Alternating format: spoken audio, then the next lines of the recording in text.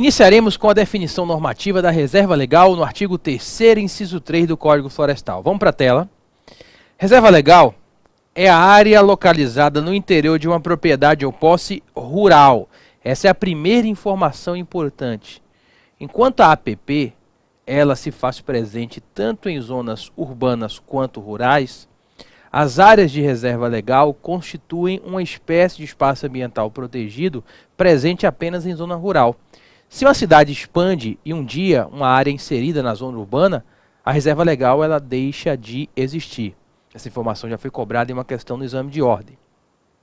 Delimitada nos termos do artigo 12, com a função de assegurar o uso econômico de modo sustentável dos recursos naturais do imóvel rural, auxiliar a conservação e a reabilitação dos processos ecológicos e promover a conservação da biodiversidade, bem como o abrigo e a proteção da fauna silvestre e da flora nativa.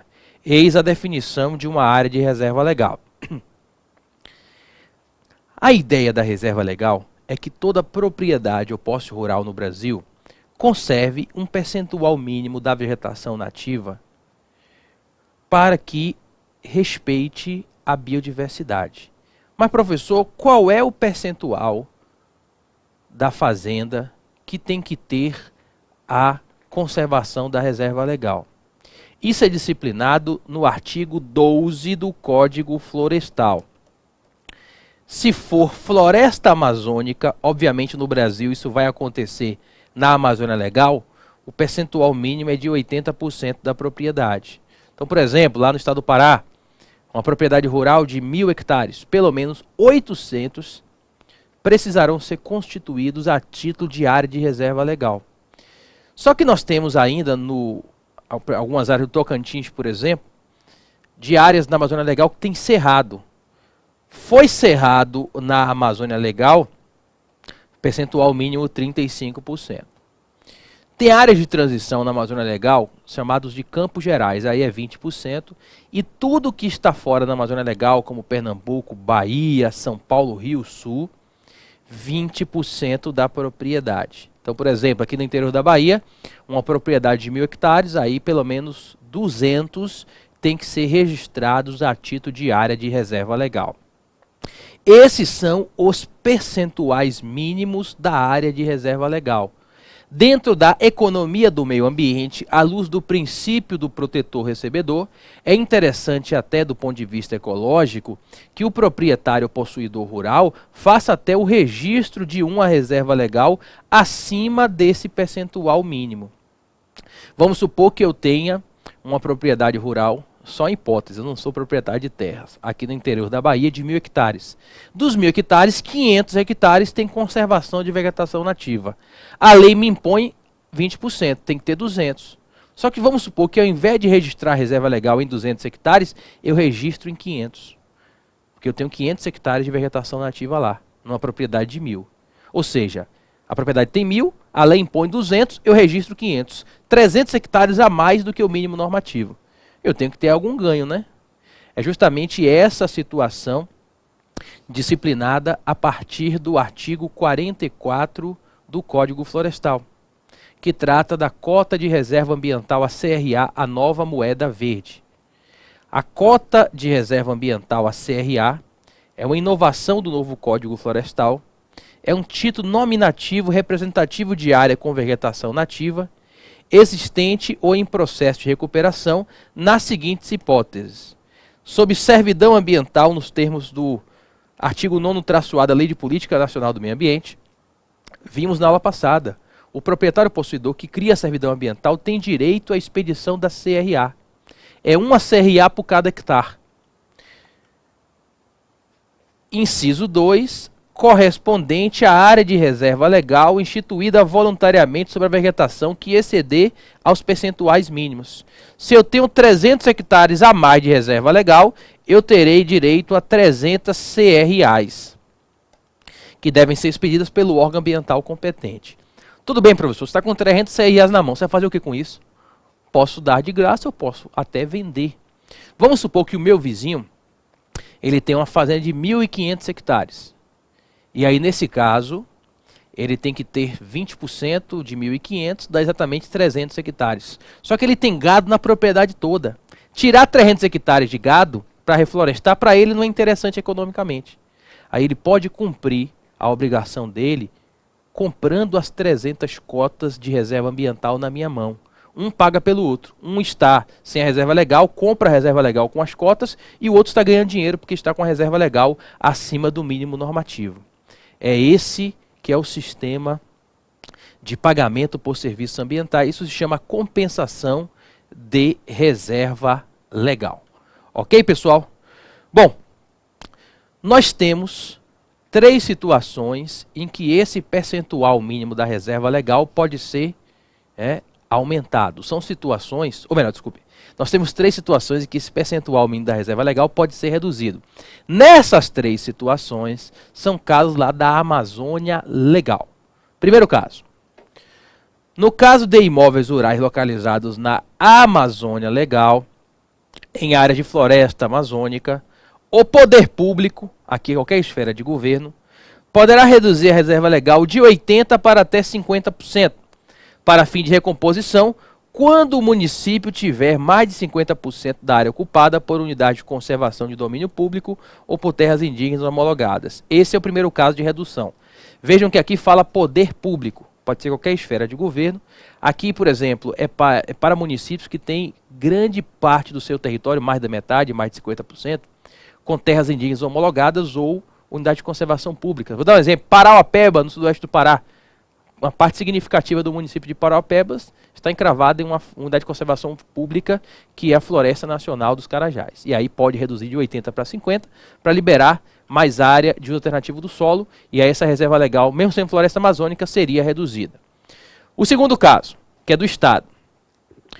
Nos casos de imóveis rurais localizados na Amazônia Legal, em áreas de floresta, o poder público estadual poderá reduzir a reserva legal de 50% para até 50%, ouvido o Conselho Estadual de Meio Ambiente, quando o Estado tiver zoneamento ecológico e econômico aprovado e mais de 65% do seu território ocupado por unidades de conservação de natureza pública devidamente regularizadas e terras indígenas homologadas. Esse caso foi criado para o estado de Roraima. Mais de 65% de Roraima é de terras indígenas e unidades de conservação públicas, e a reserva legal na Amazônia Legal pode ser reduzida. E o terceiro caso, que é o poder público federal. Nos casos de imóveis rurais localizados na Amazônia Legal, em áreas de floresta, o poder público federal poderá reduzir a reserva legal de 80% para até 50%, quando indicado pelo zoneamento ecológico e econômico estadual, exclusivamente para fim de regularização, mediante recomposição, regeneração ou compensação de reserva legal de imóveis com área rural consolidada, excluídas as áreas prioritárias para conservação da biodiversidade e recursos hídricos. Aqui a União pode fazer isso, normalmente para áreas que já estão desmatadas na floresta amazônica, porque há 16 anos atrás, a reserva legal na floresta amazônica era de 50%. E aí depois, uma medida provisória que se perpetuou, aumentou para 80%, e esse percentual de 80% foi mantido no Código Florestal. Aqui é para regularizar áreas desmatadas. E um caso para todos os biomas em que a reserva legal pode ser aumentada em até 50%. É o único caso de elevação. São 3 de redução e de elevação. Excepcionalmente, também será possível a ampliação dos percentuais de reserva legal em até 50% em qualquer bioma brasileiro, a critério do poder público federal, quando indicado pelo zoneamento ecológico e econômico estadual, para cumprimento de metas nacionais de proteção à biodiversidade e redução de emissão de gases de efeito estufa. 3 casos para reduzir, todos da Amazônia Legal: o primeiro, poder público; o segundo, poder público estadual; o terceiro, poder público federal; e um caso de elevação em até 50% em qualquer bioma, poder público federal. Outra diferença entre APP e reserva legal é que as APP já são fixadas pela lei, porque a APP busca a proteção daquele ecossistema frágil. Já a reserva legal não. A reserva legal, ela tem que ser delimitada caso a caso, de acordo com o melhor interesse ambiental. Se eu tenho uma fazenda de 1.000 hectares na Bahia, a reserva legal aqui é 20%, pelo menos, onde é que vão ficar os 200 hectares de reserva legal? Cabe ao órgão ambiental ou conveniado fazer a vistoria e indicar ao proprietário a melhor vegetação para a reserva legal. Então a APP é fixada em lei. A reserva legal é delimitada no caso concreto de acordo com o melhor interesse ambiental. Por exemplo, fazer uma continuidade com a reserva legal do vizinho, verificar que tem uma área com uma vegetação melhor ou árvores em extinção, fazer uma continuidade com a área de preservação permanente ou com unidade de conservação. Vamos aqui para a tela? A reserva legal é criada pelo só efeito do artigo 12, tendo incidência ex lege, mas a sua localização deverá ser definida casuisticamente de acordo com o melhor interesse ambiental, cabendo ao órgão estadual integrante do CISNAMA ou instituição habilitada a aprovar a localização da reserva legal para a inclusão no cadastro ambiental rural. Essa é outra novidade. A reserva legal ela deve ser registrada no cadastro ambiental rural. E quais são os critérios para a escolha do melhor local para a reserva legal na propriedade ou posse rural? Esses aqui são os critérios.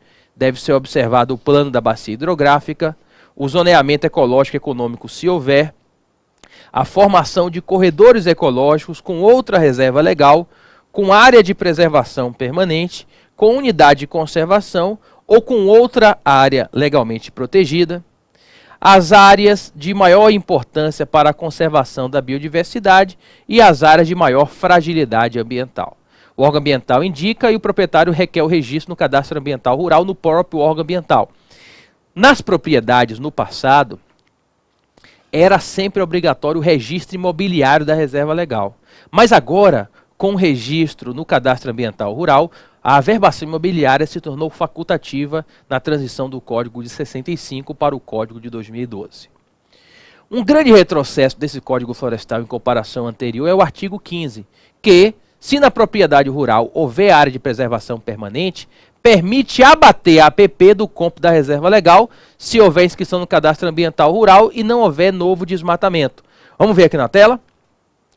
Agora, por força do artigo 15 do novo Código Florestal, será admitido o cômputo de área de preservação permanente no cálculo do percentual da reserva legal, desde que o benefício previsto nesse artigo não implique em novos desmatamentos. A área a ser computada esteja conservada em processo de recuperação e o proprietário possuidor tenha requerido a inclusão no cadastro ambiental rural. O exemplo aqui, tem uma propriedade rural em tese, 1.000 hectares no interior da Bahia. Quero registrar a reserva legal no mínimo normativo 200 hectares. Mas lá passa um rio. Vamos supor que tenha 50 hectares de APP. Se esses três requisitos forem cumpridos, eu posso descontar os 50 hectares de APP da reserva legal. A reserva legal, ao invés de 200, vai ser 150. Isso era vedado no código anterior como regra geral. Com essa canetada, milhões de hectares deixaram de ser reserva legal no Brasil. Um tema cobrado no exame de ordem se refere a alguns empreendimentos públicos que, em razão de serem obras públicas irrelevantes, como abastecimento de água, como rodovias, como ferrovias, nesses casos, mesmo sendo zona rural, o Código Florestal dispensou em 3 hipóteses a reserva legal. São exceções. São áreas rurais que não terão reserva legal por serem obras relevantes públicas. Primeiro caso, empreendimento de abastecimento público de água e tratamento de esgoto. Segundo caso, áreas adquiridas ou desapropriadas por detentor de concessão, permissão ou autorização para exploração de potencial de energia hidráulica, nas quais funcionam empreendimentos de geração de energia elétrica, subestações, ou sejam instaladas linhas de transmissão e distribuição de energia elétrica. E terceiro caso, áreas adquiridas ou desapropriadas com o objetivo da implantação e ampliação da capacidade de rodovias e ferrovias. Nesses 3 casos, mesmo sendo áreas rurais, por serem empreendimentos públicos importantes, foi dispensada a constituição de reserva legal e isto já foi cobrado no exame de ordem. Para fechar, nós vamos ao regime protetivo da reserva legal. Por se tratar de um espaço ambiental protegido para propriedades ou posses rurais, obviamente, se alguém pedir uma autorização para desmatar totalmente a vegetação de reserva legal, vai ser negada. É a chamada autorização para desmatamento a corte raso, porque se trata de um espaço ambiental protegido. Isso porque a área de reserva legal, ela deve ser conservada pelo proprietário, possuidor e terceiros. Nesse sentido, o caput do artigo 17. A reserva legal deve ser conservada com cobertura de vegetação nativa pelo proprietário do imóvel rural, possuidor ou ocupante a qualquer título, pessoa física ou jurídica, de direito público ou direito privado. Então, desmatamento predatório a corte raso não é possível em reserva legal. Professor, mas cabe algum tipo de exploração em reserva legal? Cabe. Desde o código anterior, sistemática mantida no atual, cabe uma exploração ecologicamente sustentável, desde que aprovada, autorizada previamente pelo órgão de meio ambiente, competente para licenciar, que é um plano de manejo florestal sustentável. É o parágrafo 1º do artigo 17 e esse dispositivo também já foi cobrado no exame de ordem. Admite-se a exploração econômica da reserva legal mediante manejo sustentável previamente aprovado pelo órgão competente do Sistema Nacional do Meio Ambiente. Então, essa exploração é permitida na área de reserva legal. Ok? Bom, na desapropriação, vamos supor que a União desapropriou a minha fazenda. Eu tenho reserva legal e tenho um plano de manejo explorando de modo sustentável a reserva legal. Eu terei direito de ser indenizado por essa cobertura nativa? A resposta é positiva. O STJ entende que se houver desapropriação e tiver reserva legal, embora a indenização seja menor do que a área que não é protegida, em tendo o plano de manejo aprovado, tem que ter indenização. Vamos ver aqui na tela? A área de reserva legal de que trata o Código Florestal é restrição imposta à área suscetível de exploração, de modo que não se inclui na APP. Não se permite o corte raso da cobertura florística nela existente. Assim, essa área poderá ser indenizável, embora em valor inferior ao da área de utilização irrestrita, desde que exista plano de manejo devidamente confirmado pela autoridade competente. Ok, gente? Bom, com isso nós fechamos o estudo das áreas de reserva legal e para concluirmos a parte de espaços ambientais protegidos no final deste bloco e durante todo o quarto bloco, nós vamos tratar daquele espaço ambiental protegido que gerou o maior número de questões no exame de ordem. Temos questões de APP? Temos. Temos questões de reserva legal? Temos. Mas o maior volume de questões, um volume superior a 10 questões, envolveram as unidades de conservação da natureza. E aqui a gente sai do Código Florestal e nós vamos entrar na Lei 9985 de 2000. Lei que aprovou o SNUC. O que quer dizer o SNUC? O Sistema Nacional de Unidades de Conservação da Natureza. A União, os estados, o DF ou os municípios brasileiros, por uma lei ou por um decreto, poderão constituir unidades de conservação da natureza. Tem unidades federais, estaduais, distritais e municipais. E a partir do momento em que aquela área é constituída como unidade de conservação, passa-se a ter um regime especial de administração feito pelo poder público. Como de praxe, vocês estão percebendo que eu sempre inicio com a definição. A Lei 9985/2000, doravante denominada Lei do SNUC, Sistema Nacional de Unidade de Conservação, ela traz no artigo 2º o rol das definições. Nós vamos começar com a definição mais importante, a definição de uma unidade de conservação. Vamos ver? É o espaço territorial e seus recursos ambientais, incluindo as águas jurisdicionais, com as características naturais relevantes, legalmente instituído pelo poder público, aqui pode ser por um decreto ou por uma lei, com objetivos de conservação e limites definidos, sob regime especial de administração, ao qual se aplicam garantias adequadas de proteção. Professor, quando a administração pública cria numa área uma unidade de conservação, ela vai ser pública ou privada? Depende da modalidade. Tem unidade de conservação que só pode ser pública. Tem unidade de conservação que pode ser pública ou privada. Ou uma parte pública ou uma parte privada. E tem uma delas só que só pode ser privada. Então isso vai depender.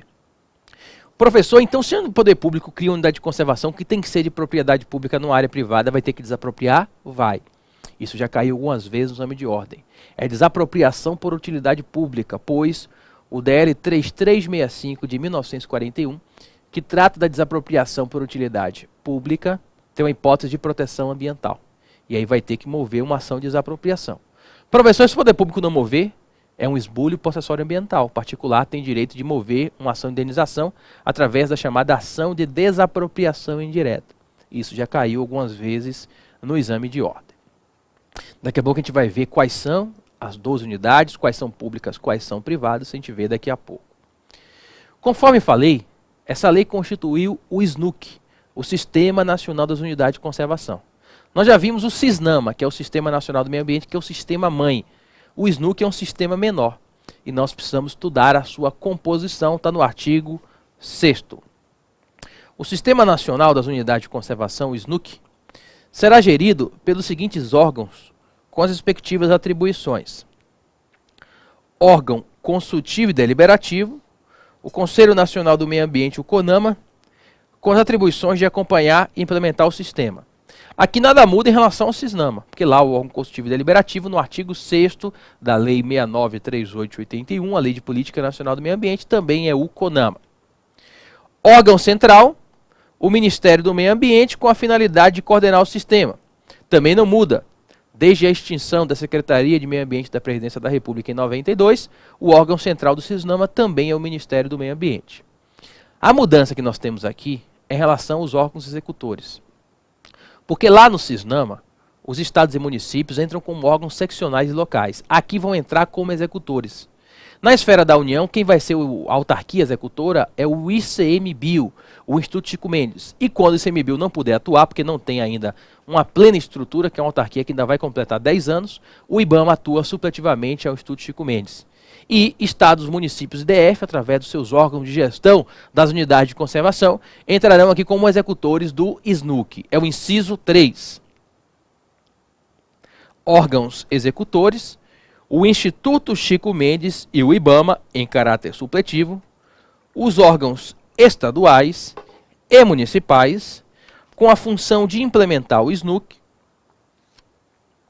subsidiar as propostas de criação e administrar as unidades de conservação federais, estaduais e municipais nas respectivas esferas de atuação. Ok? Essa é a composição do Sistema Nacional das Unidades de Conservação. Um dos pontos mais importantes são os dois grupos que nós temos de unidade de conservação. A lei divide as unidades de conservação no grupo de proteção integral e no grupo de uso sustentável. Isso já gerou algumas questões no exame de ordem. O grupo de proteção integral, até porque o próprio nome já indica, são as áreas mais protegidas. São áreas consideradas como santuários ecológicos.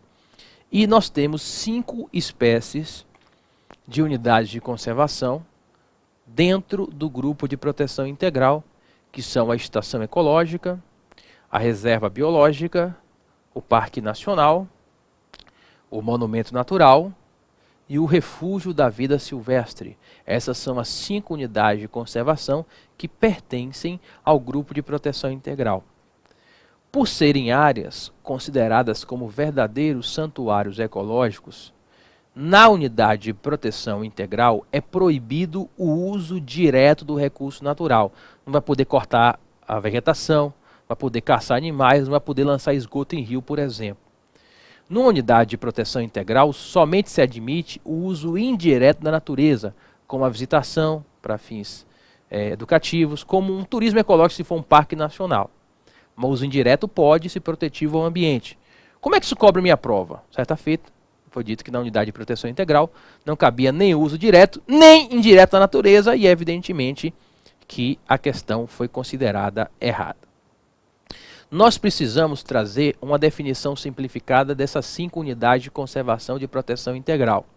As 3 primeiras, a estação ecológica, a reserva biológica e o parque nacional, são áreas de posse e domínios públicos. Logo, as áreas privadas devem ser desapropriadas pela administração pública. As duas primeiras são áreas estritamente vocacionadas à pesquisa científica. Vamos ver aqui a definição. Primeiro, da estação ecológica. É a unidade de conservação que se destina à preservação da natureza e à realização de pesquisas científicas, sendo de propriedade pública, proibida a visitação, exceto para fins educativos.